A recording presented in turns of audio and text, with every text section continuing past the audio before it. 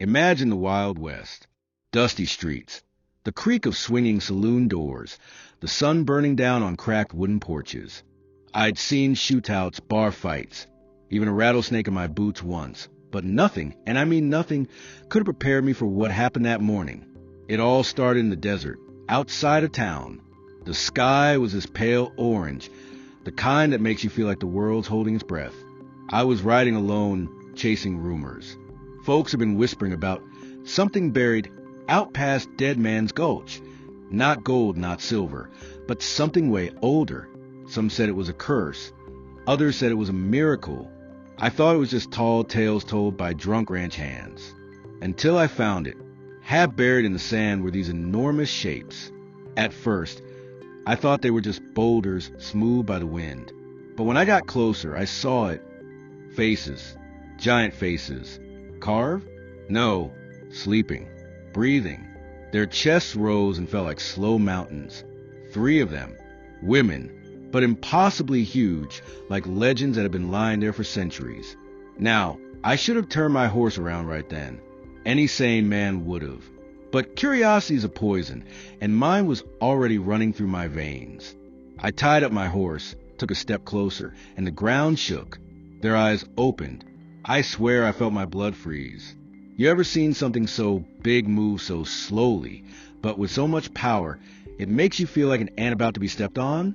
That was me, a lone cowboy with a revolver, staring up at 3 giantesses stretching awake in the middle of the desert. The first one's voice rumbled like thunder. Who dares wake us? I almost laughed at the absurdity. Me? I didn't wake them. The wind, the sun, time itself, maybe, but they locked their massive eyes on me like I was guilty. My brain screamed, run, but my boots didn't move. My hand twitched toward my revolver, like that 6-shooter could do anything against them. Spoiler, it couldn't.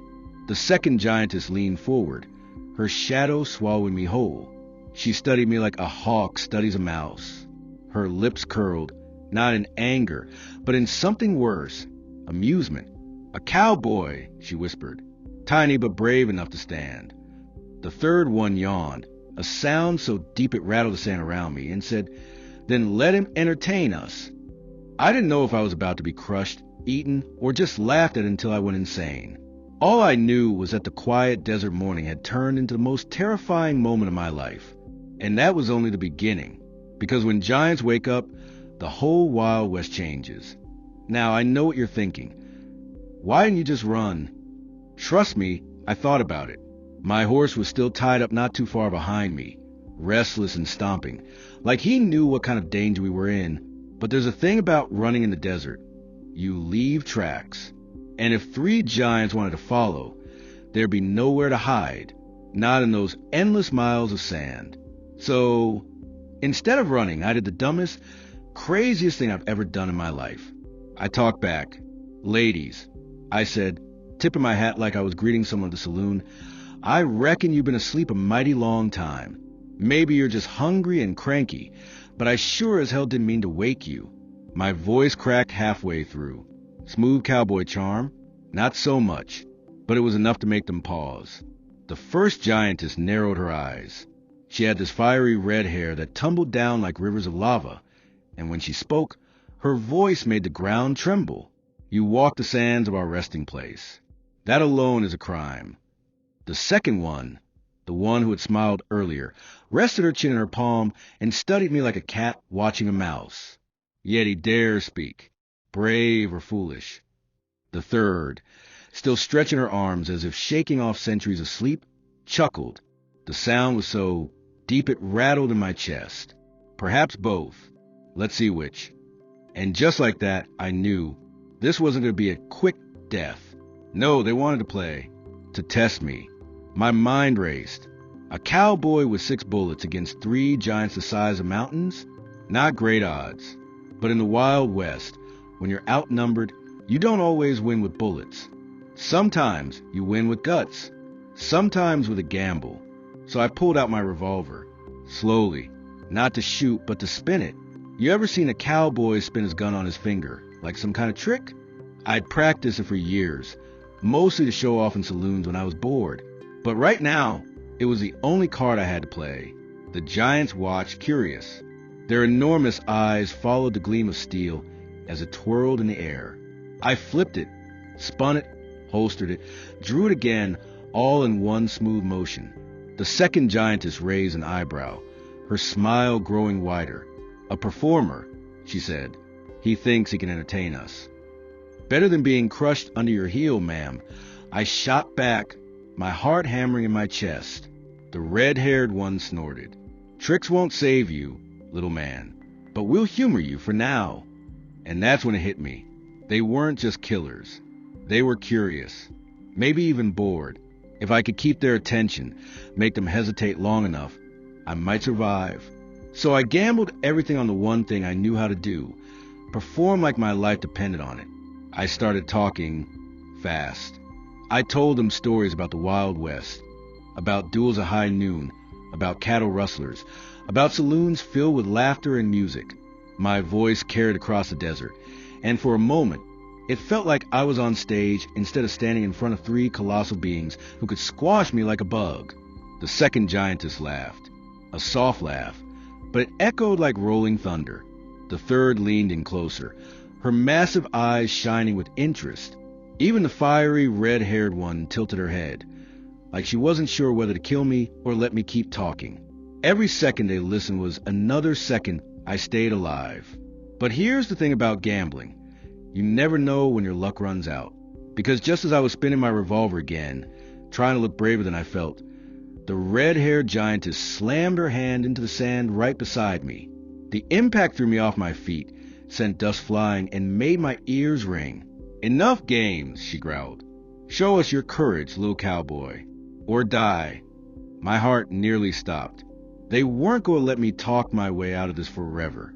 Sooner or later, I'd have to prove myself. And out there, under that blazing desert sun, with three giantesses towering over me, I realized the truth. This wasn't just about surviving anymore. It was about proving I was more than an insect to them. It was about showing giants what a cowboy was made of. The air was thick with dust after that hand struck the sand beside me. My ears were ringing, my body trembling, but somehow I stayed on my feet. Maybe it was fear, maybe stubbornness, probably both. The red-haired giantess leaned closer, her burning eyes locked on me. "No more words. Show us your strength, little cowboy." Strength? Against them? It was like asking a rabbit to fight a wolf. But I saw something in her glare. It wasn't just rage. It was expectation. They weren't testing my muscles. They were testing my spirit. So I spat the sand out of my mouth, tightened my grip on the revolver, and looked up at her. "All right then. You want strength? Let's make this fair." The smirking one tilted her head. "Fair? You are smaller than my finger." "Then give me a chance," I said. "Where I come from, we settle things with a duel. High noon, face to face. If I win, you let me go." For a moment, there was silence. Then all three of them burst into laughter. The kind of laughter that shakes the ground and makes your bones rattle. The third giantess, still the most curious of the three, finally spoke. "A duel with us? You have courage, little one, or madness." "Maybe both," I muttered under my breath. The red-haired one slammed her fist into her palm, creating a shockwave that nearly knocked me down again. "Very well, cowboy. We accept, but not a duel of bullets. Bullets would barely scratch us." My stomach dropped. "Then what kind of duel are you talking about?" The smirking giantess leaned down until her shadow swallowed me whole. Her grin was wide, dangerous. "A test. You prove your courage through trials. 3 trials, for 3 of us. Fail any one of them, and you'll be nothing more than dust beneath our feet." My throat went dry. 3 trials? Against 3 beings the size of mountains? It was impossible. But something in me, a mix of pride, fear, and that reckless cowboy spirit, refused to back down. "I'll do it," I said. "Name your trials." The red-haired one stepped forward first, her massive figure blotting out the sun. "Mine will be the trial of endurance. Survive what I unleash, and you may move on." The second, still smirking, twirled a strand of her long black hair around her finger. Mine will be the trial of wit. Let's see if your tongue is as quick as your gun. The third, with her soft but piercing gaze, spoke last. And mine will be the trial of spirit. You will look into the heart of fear, and we will see if it breaks you. I swallowed hard. Endurance, wit, spirit, against giants. It sounded less like a contest and more like a death sentence. But there I was, nodding like a fool. Fine, I'll take your trials. The red-haired one laughed, her voice booming like thunder. Then let the first trial begin. She lifted her colossal foot and stomped it into the ground. Cracks split across the desert floor like lightning bolts.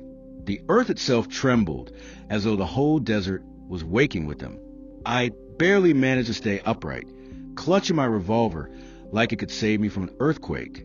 Then she crouched down, scooped up a boulder the size of a wagon, and tossed it into the air. It came crashing down, missing me by inches, shattering into pieces. Pebbles pelted my skin like bullets. "Endure this, little man," she roared, grabbing another boulder. One after another, the giantess hurled them around me. Some landed so close I felt the heat of the impact on my face. My lungs burned from the dust, my legs screamed with pain, but I refused to fall. Every instinct begged me to run. But I planted my boots into the sand, standing firm, eyes locked on hers. Minutes felt like hours. Sweat poured down my face, grit stung my eyes, but I held my ground. Finally, she stopped.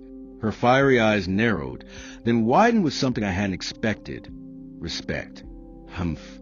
You didn't break. For now, you pass. The second giantess clapped her massive hands together, the sound echoing like a cannon. My turn. And as I wiped the blood and dust from my mouth, I realized this was only the beginning. 3 trials, 3 giants, and I had just survived the first. The desert had gone quiet after the red-haired giantess stepped back, her test complete. My chest was heaving, lungs filled with dust, but somehow my boots were still planted in the sand. I'd survived her trial, though barely. My ribs ached like I'd been trampled by a herd of buffalo, and my knees wanted to buckle, but pride kept me upright. That's when the second giantess leaned forward, the smirking one, with her raven black hair tumbling down like a river of shadows. She rested her chin in her hand, eyes gleaming with mischief.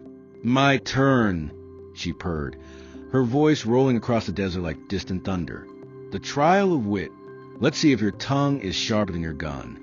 I swallowed hard. Outshooting giants was impossible. Outlasting them had already pushed me to my limit. But outsmarting them? Maybe, just maybe, I had a fighting chance. She leaned closer, her shadow swallowing me whole.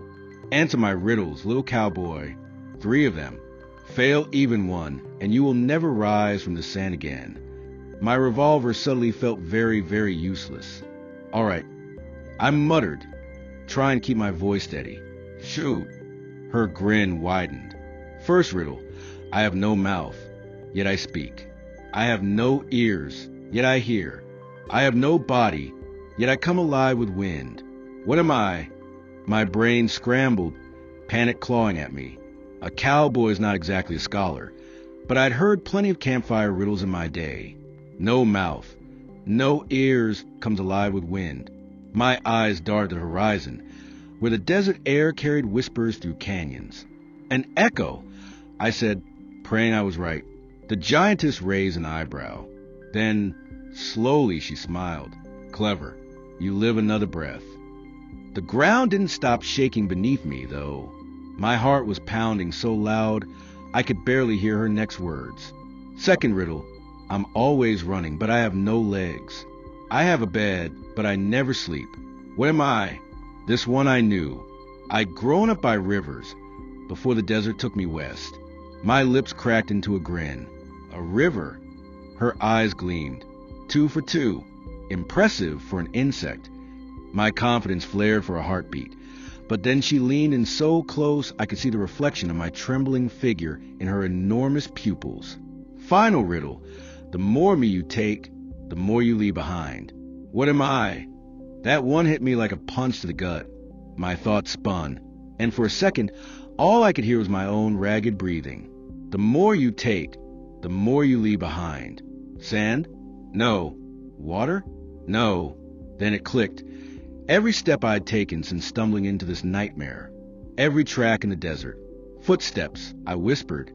The giantess froze, then burst into laughter, so loud it rattled the sky. She clapped her hands together, and the force of it nearly knocked me flat. Well done, little cowboy. You've got a silver tongue after all. You passed my trial. Relief crashed over me like a wave, but it didn't last. Because the third giantess, the quiet one with the calm but piercing eyes, finally stood.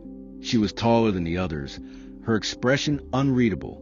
My turn, she said softly, and somehow her quiet voice was scarier than all the booming thunder before it. The trial of spirit. The air shifted. The desert sun dimmed, like a cloud had swallowed the sky, though I saw none above me. A cold wind swept across the sand, and suddenly I wasn't standing in the desert anymore. I blinked and found myself back in Dead Man's Gulch. Except everything was wrong. The rocks twisted, the sky burned red, and shadows crawled across the ground like snakes. My revolver was still in my hand, but when I spun around, I realized I wasn't alone. Figures stepped out of the darkness. Familiar figures. Men I'd shot in duels. Bandits I'd left to die in the dust. Old enemies, all of them, their faces pale and hollow-eyed, like corpses still wearing their hate. You left us behind, one snarled, his voice echoing unnaturally. You killed me, another hissed, blood trickling from a phantom wound in his chest. I staggered back, heart hammering. This wasn't real. Couldn't be real. But when one of them lunged, his hand cold as death around my throat, it sure felt real. The quiet giantess's voice echoed all around me. This is your trial. Face the ghosts of your past. If your spirit breaks, so will your body. I gasped, forcing my revolver up. The shadows closed in, voices rising in a chorus of blame and fury. My finger hovered on the trigger, but then I stopped. No bullet could silence them. They weren't flesh and blood. They were guilt, memories, my own sins, dressed in shadow. So I holstered my gun, though my hand shook like a leaf in a storm. You think I don't carry you with me already? I shouted, voice breaking. Every man I ever put in the ground. I remember. Every mistake, every bad choice. I wear like a second skin. But I'm still here, and I'll keep walking. The shadows froze. The red sky cracked like glass. One by one, the ghostly figures dissolved into dust, carried away by the wind. And just like that, I was back in the desert. The giantess towered above me, her expression still calm. But for the first time, I saw something in her eyes. Respect. You did not run from your fear, she said. Your spirit endures. You pass. My legs nearly gave out. I'd faced storms, duels, even death before, but nothing had ever shaken me like that trial. Still, somehow I was standing. 3 trials, 3 giants, and I'd passed them all. But as the sun dipped lower in the sky, I realized something terrible. The ground trembled again, not from their footsteps this time, but from something deeper, darker, the kind of tremor that made the whole desert feel alive. The 3 giantesses turned, their smiles fading. Even they looked uneasy. And in that moment, I knew the trials were just the beginning. The desert wasn't quiet anymore. Not after the trials. Not after everything I'd seen. My lungs burned, my legs shook, but I was still standing. 3 trials, 3 giants. And somehow, by luck or sheer stubbornness, I'd passed them all. But then the ground trembled again. Not from their footsteps. From something deeper. Something older. Even the giantesses turned uneasy, their gazes shifting toward the horizon. Cracks split the sand, glowing faintly red, as if fire itself was buried beneath the desert floor. The raven-haired one hissed through her teeth. No, it stirs again. The red-haired giantess tightened her fists, eyes blazing. We woke it. The quiet one said nothing, but the look on her face told me all I needed to know. Whatever was coming, it was worse than them. And then it rose. At first it was just shadow, a mountain pulling itself out of the earth. But then I saw the shape, arms thicker than canyons, eyes like burning suns, a form so massive it dwarfed even the 3 giantesses. They'd been terrifying enough. This was something else. A boss. A king.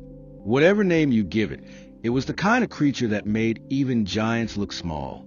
The giantesses actually stepped back. For the first time since I'd met them, I saw fear in their eyes. And me? I was just a cowboy, standing in the middle of all this madness, feeling like an ant trapped between stampeding buffalo. The thing roared, and the sound alone nearly knocked me to my knees. Rocks cracked. Sand exploded into the air, and the desert itself seemed to shiver. The red-haired giantess turned to me, voice like a cannon. "Run, little man. Even we cannot control this one." That was the first smart thing anyone had said all day. I didn't need telling twice. I sprinted toward the canyon, my boots slipping in the sand. Behind me, the ground shook with every step the colossal thing took. The three giantesses moved to intercept it, trying to hold it back, but even their combined power wasn't enough. One hurled a boulder the size of a barn. The beast swatted it aside like a pebble. Another roared and struck with her fists, splitting the ground. The monster barely flinched. I didn't stop to watch. I didn't have the luxury. Survival was the only thing on my mind. The desert floor split open ahead of me, cracks racing toward my boots. I leapt across them, barely keeping my balance. Dust choked my lungs, my hat nearly flew off, but I kept running. Then I heard it, the rush of an old railway line, half buried in sand. Rusted tracks stretched toward the canyon. And there, like a miracle, sat the husk of an ancient train car, abandoned long ago. An idea sparked in my head. A desperate, crazy idea.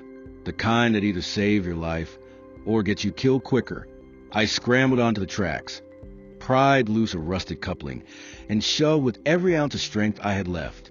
The old train car screeched, groaned, and finally began to roll downhill, picking up speed toward the monster. I didn't wait to see if it worked. I bolted alongside it, sprinting for the canyon edge. The colossal beast noticed. It turned, reaching a hand the size of a town hall toward me. For a split second, I thought it had me. But then the train car slammed into its leg with a thunderous crash, bursting into splinters of wood and metal. It barely slowed the creature down, but it was enough. Enough for me to dive headfirst off the canyon's edge. The world spun. Wind tore past my ears. Rocks scraped my arms as I slid down the slope, tumbling, crashing, rolling until I slammed into the canyon floor below. My vision blurred. My body screamed in pain. But I was alive. Above me, the monster roared again. The giantesses fought, their silhouettes thrashing against the red sky, dust and boulders flying. The whole desert shook like the end of days. But I was out of the fight, out of breath, out of luck. I dragged myself to my feet, every muscle screaming. My revolver hung loosely in my hand, more dead weight than weapon. I stumbled to the canyon wall, leaned against it, and forced myself to look back one last time. The giantesses were still battling, still holding the monster at bay. But whether they'd win or lose, it wasn't my fight anymore. I'd come to the desert, chasing whispers of treasure. What I'd found was something far worse and far greater. I spat blood into the sand, adjusted my hat, and let out a laugh that was half hysteria, half relief. That was insane, I muttered to no one but myself. I barely made it. The wind carried my words away. The canyon stretched before me, endless and empty, a path back to a world of men. I took it without looking back, because some legends are better left sleeping.